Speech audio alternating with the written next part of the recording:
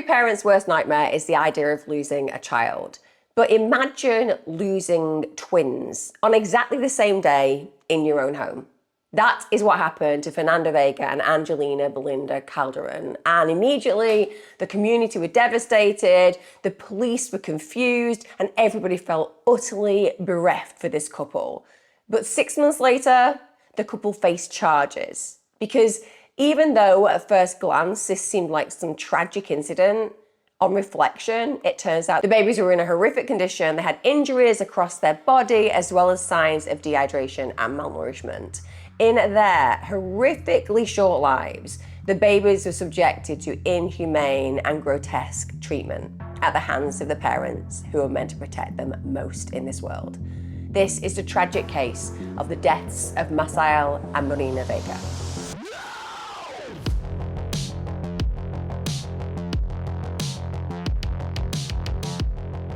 Hi guys, today's case, oh my God, it is just so heartbreaking. I haven't got a result of the sentencing because it hasn't gone to trial yet, but I just wanted to cover it because it speaks to me on so many levels about the abandonment of nurture that certain individuals bestow on the babies that they are gifted to protect. And this case is just heart-wrenching because we're talking about the death of twins on the same day. And automatically that brings to mind that the one thing we can say about those children is they had exactly the same treatment. That's why their lives ended in the same moments. And that is truly terrifying and disgusting in equal measure. Also, before I kick off with today's true crime video, you'll notice I'm not in my normal set. That's because I'm on holiday and I haven't got aircon, so I'm gonna get sweatier throughout my recording of this video. Apologies in advance. Also, thanks to everyone supporting me on YouTube membership and on Patreon. You will note you are getting an extra video minimum every single week, usually more. I will be doing that just to say thank you for all the support that you give me. Also, you will be aware that YouTube demonetizes a lot of videos that have crime content involved. It means that I can put so much extra footage in those videos. I can have all of the body cam, all of the interrogations. I can take things from the news because I'm not worried about the advertising side of it. So I'm hoping that you're enjoying those. You're certainly giving me some positive feedback, but as ever, a major shout out and thank you to all of you who have signed up for that. Let's talk about today's utterly horrific case. And this is horrific on every single level. On a personal level, because I'm a mother and I've also got a very young child. On a professional level, because I've worked in safeguarding. And just on a human level, because every single person who comes to my channel, you are all so invested on the protection of people on the whole. So it doesn't matter whether you're 7 or 70, we all care deeply about people's lives and justice for those lives. But we all connect constantly over our desire to ensure the safety of children. And today's case is one of those where it just takes your breath away because it is so breathtakingly gross that this kind of thing can play out in a civilized society. And I think many of us these days sit there and question, is our society anywhere near as civilized as we believed it to be and indeed want it to be? And cases like this shout, no, there's so much more work to be done. And I mean work to be done on a systemic level where it's to do with authorities and services that are meant to provide care for children and make sure these kind of things do not play out. And also just on a human level within our community where we notice things, where we notice when parents aren't doing their job, when children are in distress, etc. This is so powerful on all of those fundamental levels. Now, at around 11:15 a.m. on the 4th of October 2023, Houston police are called to 2107 Linden Creek Way. It's on Houston's southeast side. It's here that they make their horrific discovery. They find 5-week-old twin baby sisters, so 5 weeks old. They've been here for just over 1 month. After spending all that time in the womb, they've arrived at a point where they should be absolutely doted on. At 5 weeks of age, everyone should be invested in those babies' lives. And the idea that they can both be found unresponsive in their home is harrowing, unless there has been some awful tragic incidents such as carbon monoxide poisoning or a horrendous fire with smoke inhalation. We can see that there are circumstances where children could be found dead at their home or unresponsive in their home due to those kind of issues, but we're not talking about that. We're not talking about a tragic accident or a tragic incident regarding some kind of thing that was beyond the parents' control. At this point, the relatives of those children identify them as Masael and Morena Vega. The baby's father, Fernando Vega, he at this point claims that he basically dropped the baby's mum, Angelina Belinda Calderon, off at work and then had left the babies in the care of his grandmother. And then he'd come home and somehow found that the babies were not breathing. So essentially there's a deflection there, isn't there? He's saying, well, when I left, the babies were fine. I put them in the care of their grandparent. I took my partner to work because I'm a responsible adult, and that's what we do to protect our children. We make sure that we're working, and I was just going about my business doing those things. So that's the picture he's trying to paint as a responsible human being. Now, according to documents, Vega found them in their crib when they were responsive. So the father's come in, discovered that they're not responsive at all, and then taken decisive action. That's the story that's being peddled initially. He then called their mother, Calderon, saying they're not waking up. They're not doing nothing. Now, immediately, we are going to all agree that is the weirdest behavior. We've all been in scenarios in our lives where we've wanted support immediately because we find ourselves in a scenario where we're having an accident or where somebody that we love requires support. And the immediate response in those very difficult circumstances is to pick up the phone and to ring your emergency services. It's terrifying, but it's what we do. And we do it because they're the first line of support and defense in these kind of scenarios. What we don't do if we find two individuals non-responsive is pick up the phone to our partner who's at work. First of all, they have to locate that partner at work so that they come on the phone, or even if they have mobile access to their own phone, there's a chance that they won't answer because they're working. You are delaying the opportunity of help coming to unresponsive children when you're making these decisions. And it's very likely that if you make that call to your partner, it's because you know damn well there is a reason those children could potentially be unresponsive, and you're scared. You're instantly scared of the consequences of what you know has played out becoming something so tragic that other people are going to be walking in and seeing this scene. So that's why he likely calls Calderon. And saying to her at work, they're not waking up, they're not doing nothing, at this point must have been traumatizing, irrespective of how Calderon has been with her babies, because there is a powerlessness in that moment. You're not present, you can't do anything about it. The only thing you're going to want is for the emergency services to turn up. And it's at this point that Vega calls 911. Now, whilst he's on the phone with 911 dispatch, clearly, they are deeply concerned about two unresponsive 5-week-old twins, and so they give instructions on how to perform CPR. And he and another family member actually perform CPR on the babies because there's two of them.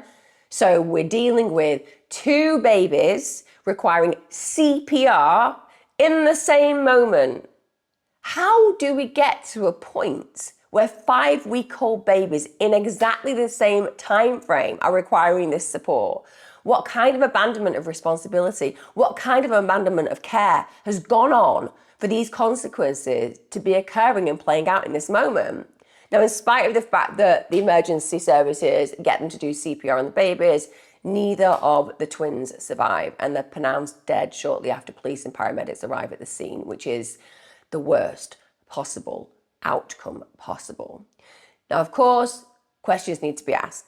Whenever children die, it can be very, very confronting for the parents. And we're talking about innocent parents. I've had the privilege of working with individuals who have had to go through this horrendous trauma, and it is deeply traumatic. And the trauma is something that we can look at, analyse and understand the reason behind why it has to occur. But it's also, when you're an innocent parent, something that makes you feel in the line of fire. Because what happens when a baby dies or a child dies is often the police will come and search the home. You will not be treated as an immediate suspect in their death to suggest that you are the individual who's caused it. But they treat the area as a crime scene, which makes you feel immediately like a suspect. Even when they're trying to clarify your innocence as opposed to decide your guilt, when you are going through the most traumatic experience of your life, the loss of something that means something of absolute immeasurable worth to you, and then you have the police literally going around your home, taking things away, very personal items sometimes, it genuinely can be totally disturbing. So that is normal protocol. But equally, in this case, we aren't looking at this in the same way that we'd be looking at these innocent scenarios that play out for very unfortunate parents. We're looking at the police needing to do this because the reason these babies have died is not down to a terrible situation that they had no control over. Quite the contrary. So he starts with the interview, the police speak to him, and of course he says that he was just somebody who cared for the babies effectively. He'd been looking after them through the night. He told the detectives that the night before the deaths and the day before the deaths, they'd been apparently fussy throughout the night, and that he'd actually put them in a bassinet where they had fallen asleep. So again, what are we hearing from that interview?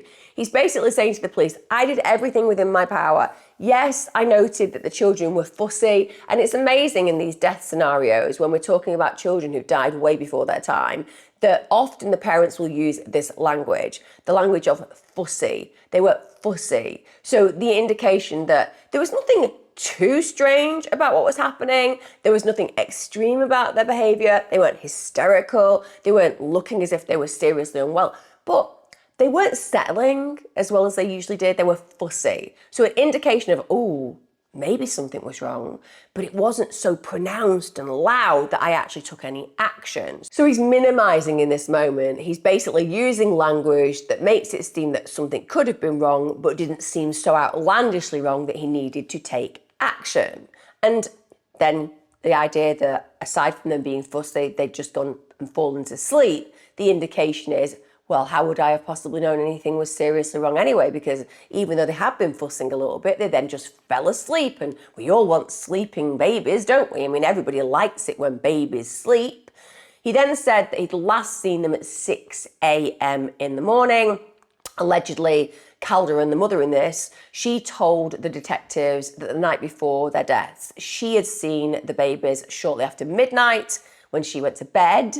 And Calderon then said that in the morning she'd seen the babies at around 8 a.m. and they were sleeping, but she didn't wake the babies up in the morning because she was heading to work. Now, anybody who's ever had a baby ever will tell you that a mother who comes in and, quote, sees the baby, listen to that language, that's the language that was used. She sees the babies shortly after midnight. She doesn't say she's fed the babies, she got them up for a feed, she checked the babies were responding, she checked the babies were okay, because bear in mind, apparently according to her partner, the babies have been fussy. No, she says she's seen them, which suggests opening the door, looking in, checking on those babies, and then leaving. When you have 5-week-old babies, you are going to be doing constant feeds through the night. You're going to be getting up, either breastfeeding, or you're going to be making their bottles. You would not leave 5-week-old babies by themselves in bed between the hours of 12 a.m. and 8 a.m. That is far too long, and any parent who's ever had a baby knows that. So that doesn't make sense at all. And the idea that then on seeing these babies at 8 a.m. and them still being asleep, she doesn't feed them. She just thinks, I'm just going to go to work. You know, I've got a job to do, so I'll just leave my babies who now haven't been fed for many, many hours, and I'll just go out. Makes no sense and speaks of neglect. She was then taken to work by her partner Vega at around 10:30 a.m. So now we're at 10:30 a.m. guys. So these babies have been seen around midnight. Doesn't sound like they were fed. We're now 10 and a half hours later and nothing has actually been done with them. They've not been changed. They've not been fed. They've not been checked on. They've just been left. He then gets back around 11 a.m. At this point, he finds the babies unresponsive, calls her, then calls 911. So even when you look at that timeline that I've just discussed, the abandonment level, the neglect level there is absolutely unforgivable. It's as simple as that. Because even if you were to conceive of an idea that these parents had been attentive to their children prior to this, and clearly when people are happy to leave babies for this amount of time, we can immediately say that they will have done this before. But even if we were to grant them this idea that they'd just done it on this occasion, that would still be highly neglectful, because those babies have not received any nutrients, any support, any cleaning, any of the things that are just fundamental to the very basic needs of survival where babies are concerned. And the babies were actually found by the police and the paramedics on the couch because obviously CPR had been attempted, and they were found on the couch with discoloured skin and also without detectable pulses. So that suggests that there has been a time frame of death, and that speaks to them potentially being dead for quite a few hours. Again, massive neglect, massive abandonment of care. Now, a week after those gorgeous little girls died, 5 weeks of age, Calderon actually starts a GoFundMe page. That, to me, is bizarre. It really is. When we lose our children, the last thing that we're thinking about is money. In fact, the last thing we're thinking about is anything other than our children that we've lost and how could we have prevented it. We're losing our minds. That's where most parents are in these circumstances. We don't think, oh, I think I'll just go and do a GoFundMe page and get some cash. And the reason that I'm saying that is GoFundMe pages are usually started by other people for family members, and it is a very heartening and worthy thing to do. But it's rarer unless there is an imminent threat to a particular individual that they're trying to raise money for. We see that where immediate family members are trying to raise money for treatment for a child, etc. It's very rare that after death, you have a parent out of the blue just decide that they're going to do a GoFundMe to try to raise money now the babies have actually died. Because what are you going to do with that money? I mean, they can say they're going to create some kind of display, some kind of nice plot in the actual cemetery, but to all intents and purposes, I find it really distasteful when we're talking about the deaths of 2 children that literally were abandoned care-wise, clearly by the demonstration timeline I've outlined, that they would then want to raise money because it speaks of something that I would say is less about the children and more about them. Understandably, they raised money. £1,200 was brought because of the fact that people are sympathising with parents. They are horrified that this couple have lost their gorgeous twin daughters, and so they're generous. And that is the beautiful thing about the average human. We have deep amounts of compassion in our hearts. The psychological connection with other human beings who've gone through this enormous loss makes us want to connect with them and help them on every level, and that's exactly what people do. But they are completely unaware at this moment in time that there are going to be the most shocking allegations that are going to come to light. And that means that those people who opened their hearts and opened their purses and opened their wallets to this situation to connect with these individuals have been betrayed too. Because they are giving, as far as they're concerned, to bereft human beings, bereft parents who need support, as opposed to giving to perpetrators of the highest level. Now, strangely, initially the police actually announced that there were no visible signs of serious traumatic injuries to either child. Houston Police Assistant Chief Patricia Cantu actually told reporters, "This is a very, very tragic, heartbreaking scene. Obviously, the family is devastated." Now, of course, I'm not saying for 1 minute that people weren't devastated about the loss of these babies. In the wider family, those without direct responsibility for the children, I'm sure they're absolutely appalled that the children have died. I'm sure they're devastated by the loss. But when it comes down to the parents, the idea that they have the same level of grief when they, without doubt, have contributed to the outcome I'm talking about today, I'm very suspicious of. And I understand that the police want to be very empathic and caring to the family at this moment in time. But equally, I think initially it gave the couple a free pass to be seen as individuals who were grieving parents who were going through a tragic loss, as opposed to parents who were deserving of the judgment of those in the community of the gravest level.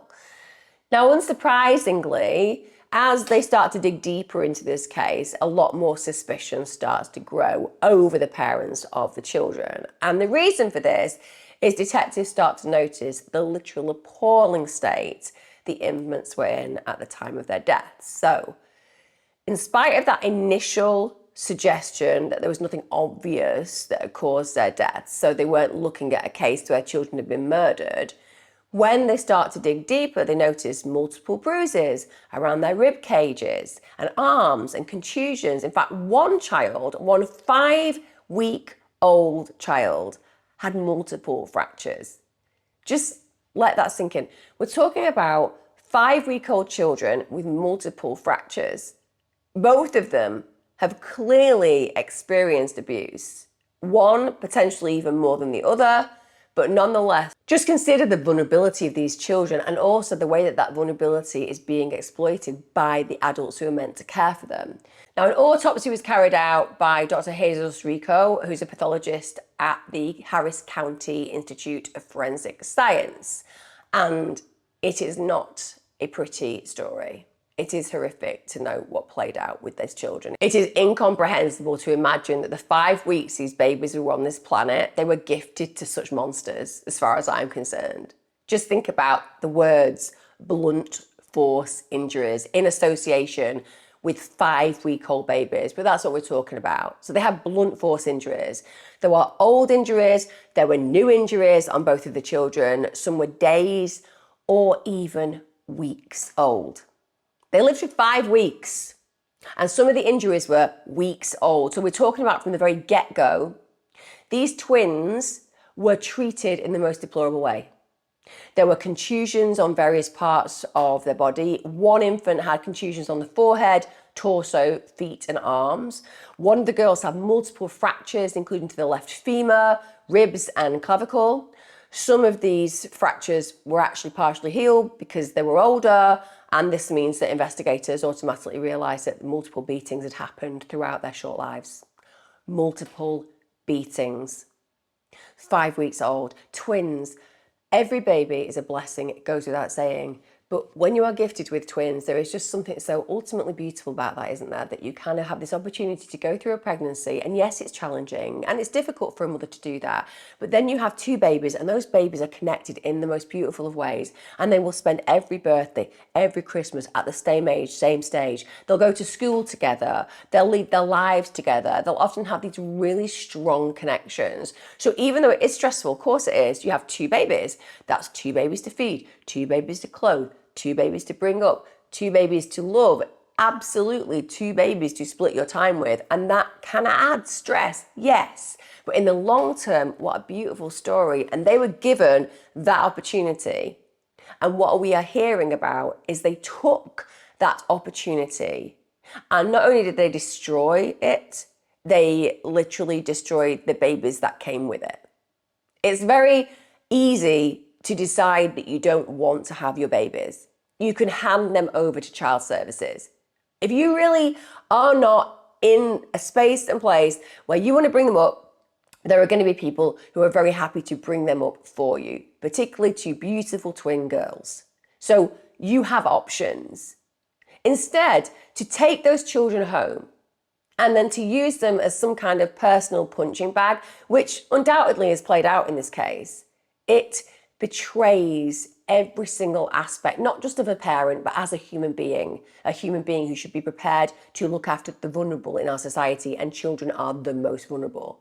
So investigators are now formulating a picture that terrible things have happened to these babies throughout this tiny amount of time they've been alive. And although both of the twins had very similar injuries, one of them also had a head fracture. One of the twins' injuries were actually consistent with 3 separate incidents, according to the authorities, so a minimum of 3 occasions that child has been horribly hurt. One of the babies showed evidence of acute brain bleeding, and the other suffered hemorrhaging of the brain and spinal cord, and that was indicative of recent trauma. So Dr. Rico clarified that the injuries probably were caused by shaking the babies, or also direct blunt force trauma. So when shaking or direct blunt force trauma injuries occur, it tends to come from frustrated parenting. So the parent can't make the child be quiet, the parent's tired of the screaming, the parent's feeling angry, and then they eventually grab the child and either shake them, which of course the brain is in a situation where it's very vulnerable and it can literally move around in the head and it can cause terrible damage, or the child is thrown. Either thrown back into the cot, for example, or thrown against a hard object. That is very consistent with serious abuse of babies. We see that play out, sadly, more often than it ever should. But that tends to come from that frustration response, the not getting your own way, the childish response of just shut up, but unfortunately doing it in a way that is absolutely catastrophic for the babies. But also, on top of these horrific injuries, so even if we're going to look at it as some kind of horrendous incident where a parent has just lost their patience, come to the end of their tether and thrown the child or shook the child. That would be terrible. That would be horrific. But add to that the fact that both of the babies were severely malnourished and dehydrated, which is beyond a shadow of a doubt obvious because of the timeline I talked about before. They've not been being fed. They're not being given the nutrients that are required. So not only are they being horribly abused in their home, they're being starved. They're not able to thrive.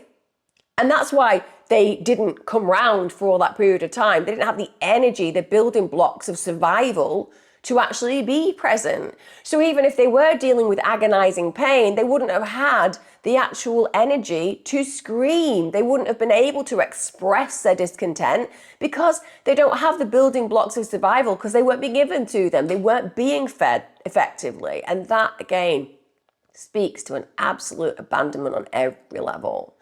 The autopsy ended up determining that the children had died from multiple injuries which had been caused by a blunt object, but clearly these other factors contributed. Dr. Rico informed the authorities that the injuries on each twin were inflicted intentionally, not accidentally, and that they should have been recognised and treated by the caregivers. So even if a caregiver hadn't been the one to inflict the agonising injuries that the child sustained, what that doctor is saying is they should have noticed.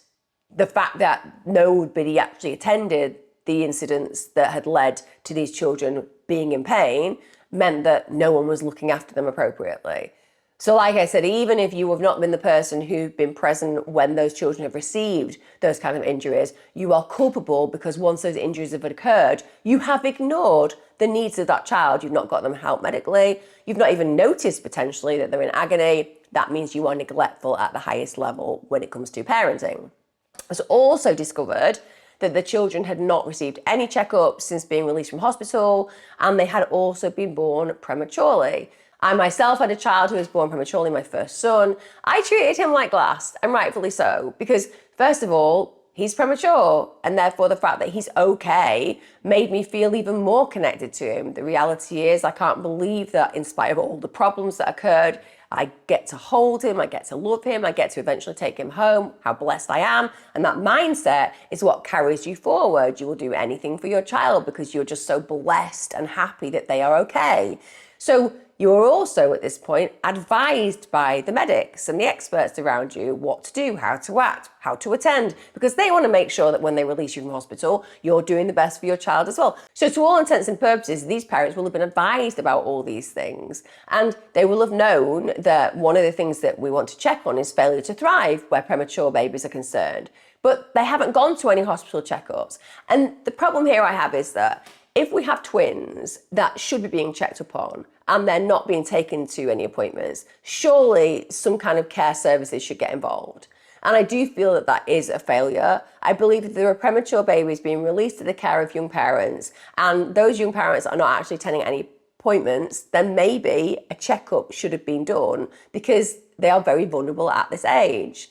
Now, Calderon told the police that the twins had been sick, but that she did not seek medical care. So as the mother in this case, she's saying, yeah, they have been sick, but hey, we didn't bother actually going and getting any care for them, which again is deeply abandoning of care. On the 18th of April 2024, Dr. Rico updated the police on the cause of death for the twins and ruled it a homicide. So about 6 months after the babies died, Fernando, Vega, the father, and Angelina, Belinda, Calderon, the mother, who are both 21 at this point, are arrested for the abuse that led to the deaths of their daughters. This happens on Friday, the 19th of April 2024. There is a question of why it's taken 6 months after the babies died for those arrests to be made, because obviously there were horrific signs of abuse pretty much from the get-go. Nonetheless, deciding on what to charge the parents with, deciding which direction to take the case is something that's going to take time. I would imagine that's why there has been that gap. So at this point, both parents are charged with 2 counts of causing serious bodily injury to a child. 1 count is injury to a child by commission and 1 of omission. Commission means actually committing the injury on the child, and omission means that they did not take care of the children, so what they failed to do during and after. They then get held at the Harris County Jail on $750,000 bond. So they're not going to be getting out. No one's going to be coming along with $750,000. Basically, they're going to be incarcerated until their trial. Now, court records claimed that both Vega and Calderon assaulted the infants with and against a blunt object, neglected to ensure their safe supervision, failed to provide necessary medical attention and nourishment, and also utilised a deadly weapon during the incident.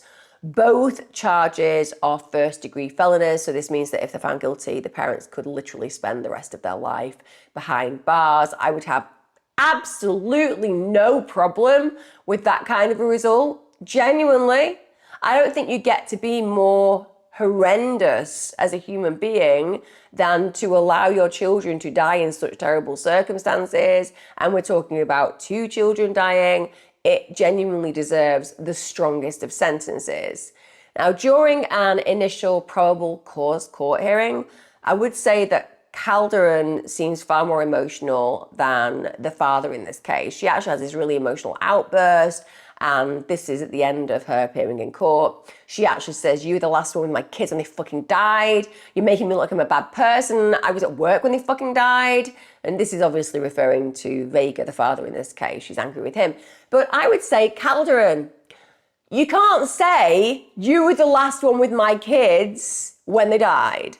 Because actually he drove you to work. You were with him through the night. You went and checked on your babies. You told the police that you saw them within certain timeframes, didn't attend them, didn't feed them. A big part of why they were so unwell is to do with the fact that they were malnourished and they weren't cared for, and that's on your watch.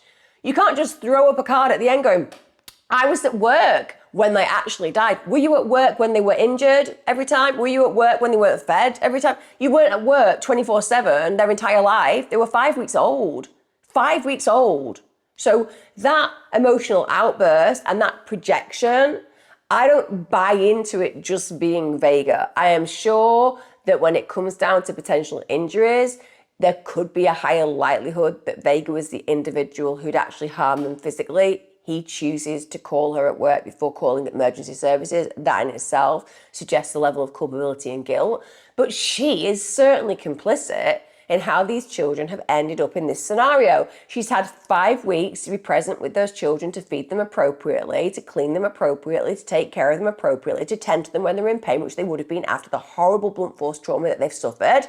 And yet now she's in court. Now she's being called to account for the fact that these babies died. She just wants to make him out to be the bad guy, that she's somehow innocent because she was at work the moment they died, albeit he'd driven her to work, got back, and then called her at work when he found them, meaning that realistically, he was also at work with her until minutes before he got home and actually found the children in this situation. So it's a very convenient projection to just throw it all at him. And the couple actually appeared separately in court as their attorney asked for bond reductions because clearly their attorney want them to be able to leave court. The argument will be, well, they're not a risk to anybody else. They'll be saying they're not a flight risk, but that they should be home with the people who love them whilst they're dealing with this very challenging situation. Understandably, that's not the way that it's going to go. The couple didn't comment whilst in court. Now, Calderon's family, they got contacted to get their side of the story because people are really interested in how on earth this is played out. Has anybody else been aware of the fact that these parents are doing such a horrendous job? One family member said, I quote, "It was God's will." Honestly, really? You're gonna have an opportunity to basically talk about twins being found horribly injured and also dying due to traumatic injury and also malnutrition. And your response is, when asked about this scenario, not to condemn the parents, not to say it's a travesty that this has occurred, not to say, "I wish I'd known because I could have done A, B, or C," but to just hold your hands up and go, "It was just God's will." Was it just God's will? Yes, it was just God's will. Wouldn't that mean that like everything that ever happens is God's will? Yeah, it's all God's will. Would that basically mean that when, I don't know, serial killers come along, take an individual, torture them brutally for days, then murder them. That's God's will. It's God's will. So basically, if it's God's will, and this is just the way it's meant to be, is that what you're saying? Yeah, it's God's will. So like, should we even have courts or prisons? Because it's all God's will. Yeah, it's God's will. I'm just going to punch you really hard in the face with my camera that I'm hanging onto. Is that God's will? No, that's assault. That's a felony. You know, I don't get it. I don't get it when people come out with this. It's God's will. Is it God's will? I'm just gonna, sorry, what are you doing? I'm just pushing past you. I'm just pushing past you. Don't push past me. This is my house. No, I'm pushing past you. And I'm gonna get your TV. I get your TV because God's just said it's his will. I remove your big TV. I'm taking your dinner as well. Is that an electric wheelchair? I'm having that as well because my mum needs one these days. It's all God's will. Do you know what I mean? God's will. Sorry. Just don't blame the big God for this. It ain't God's will. I mean, it might be a certain type of God's will, which would be a antichrist type will, but nonetheless, it's God's will. It doesn't actually liberate further because obviously it's the worst description ever and anybody could completely discredit that kind of comment in a moment. Also, since the arrest of the couple, some of Calderon's family have tried to just push the blame onto Vega. Of course, it's very convenient, isn't it? Calderon's own sister actually stood by her sister. She's refused to accept that her sister had any involvement in the baby's deaths. So he has no involvement at all in the baby's death. So, in fact, Calderon's sister is basically, my sister is an ethereal creature. She is floating on the clouds because she's almost godlike, because a lot of this is God's will. And she basically has a halo. Beyonce is probably going to do a song about her, the ethereal creature with a halo. No, sorry. I appreciate a loyal sister. Do not get me wrong. I appreciate loyal family members. I appreciate people who cannot bear to believe that somebody they love could do something heinous. We all accept that good people can be related to bad people and believe that bad people are good people. We all know that this plays out. But the idea that that sister is saying, my sister did nothing wrong. In fact, let me tell you what she said. She said, my sister is one of the best mothers that I know. Now, I'm going to throw it out there. If your sister is one of the best mothers that you know, social care need to be aware of every other mother that you know, including your own mother, and they need to go and do some investigative work around them, because if the bar that you have for best mother is your sister, whose babies died after being horrendously neglected, abandoned, malnourished, and blunt force traumatized, then your bar is one that should be the benchmark for removing all children from every other mother that you know. Because if she's the best one, you know, you either only know her and your own, or every other mother that you know is a deeply problematic mother. Because that mother in the case, your sister, irrespective of whether her hands created the injuries that led to their deaths, her hands neglected those babies' needs. Her hands didn't feed those babies. Her hands didn't clean those babies. Her hands did not attend to those babies. Her hands did not call emergency services for those babies. Her hands did not visit healthcare providers with those babies. Her hands failed those babies. She's not the best mother that anyone knows. She's one of the worst mothers that walks the planet. And the evidence of that is two babies who died in the most traumatic and horrific of ways. But again, what is Calderon's sister's excuse for this mindset? Well, my sister was at work the day the children died, so she couldn't be responsible. As if you can only be responsible if the child dies at the exact moment that the injury occurs. You know, as opposed to injuries can be sustained that can lead to death over hours or days, which she could absolutely have been present for. Calderon's sister also basically said that her own sister had said to her, I don't know what he did to them. So again, that idea of, well, you know, I know what I didn't do, but I don't know what he did. And I always find it really suspicious when somebody comes out with a quote like that, I don't know what he did to them, because basically you're saying, well, you know, I did nothing. It must have been him. He did everything. And something terrible happened to these babies, but I don't know what happened to them because I wasn't present when he did all these things. You know, this idea that you pick these moments in time where you weren't present and suggests that that absolutely absolves you of guilt, as opposed to saying, oh my God, if he did something to them and they were in pain, how was I failing to notice this? Where's my accountability? Where's my responsibility? How could I have prevented this? She's not doing that. She's going straight down the line of, I don't want to be seen as guilty. I'm going to project all of this blame onto this man. And we can't take her words as truth. We simply can't. Also, I would say that Calderon's family have come together in a very PR organised way to say that Vega was abusive towards her. Well, that may be true. Until the court case occurs, I cannot say whether Vega was more abusive than Calderon to the babies. I would hazard a guess it's more likely that he is the person who inflicted more of the traumatic injuries on the babies. However, Calderon was there neglecting them and adding to the trauma, and certainly is complicit in this. And coming together as a family when you don't actually know the details of this case and just presuming and assuming that Vega, the father, is the only responsible party is naive. It's as simple as that. It's naive. We understand where it comes from. You care for people that you love, but it is naive.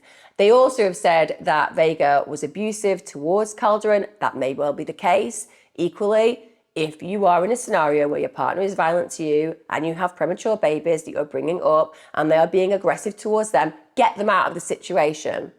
Clearly, you had family around you who love and support you. Get them out of the situation. Also, court documents do show that 2 weeks earlier, Vega had been arrested for unlawfully restraining Calderon. And it's an interesting one, unlawfully restraining, because unlawfully restraining basically means that you're holding on to somebody, you're trying to prevent them from doing something. Now, that can be preventing them leaving. And classic, that's an unlawful restraint without a doubt. It can be that you're trying to stop them punching you. Just throwing it out there. I don't know the details, but I'm saying when it comes down to domestic abuse, restraining is not assaulting. So you're not punching or kicking, you're not attacking, you're preventing somebody doing something. Like I said, if that's the way that he acts as a perpetrator, that is despicable and disgusting. But we cannot simply assume that he was going out of his way to just be violent to her. It could be there was an altercation taking place where she was also being aggressive, and the way that he's managing that situation is to indeed restrain her. So, like I said, it's murky regarding who does what in this relationship. Calderon's aunt, she's a woman called Sarah Calderon, she said to the local news that both parents needed to be held accountable for their actions because Sarah Calderon actually has a soul and a conscience and actually understands that both parents have clearly been complicit in this. She said, I'm just really disappointed. It hurts. It really does break my heart. They both need to be held accountable. So she said, because okay, even if I don't think she would physically harm them, like the babies weren't even taken care of. Absolutely correct. Absolutely correct. This is about the babies being neglected on every level. They were physically abused. They were neglectfully abused. They were no doubt emotionally abused. These are all contributors to their death. She also said that the old injuries and malnourishment the investigators found meant that they both deserved to be punished. She said, I'm sure he did one more thing right, but the injuries, weeks old, some of them. So what are you going to say about that? It's not just that one time. And what are you going to say about them being malnourished and dehydrated?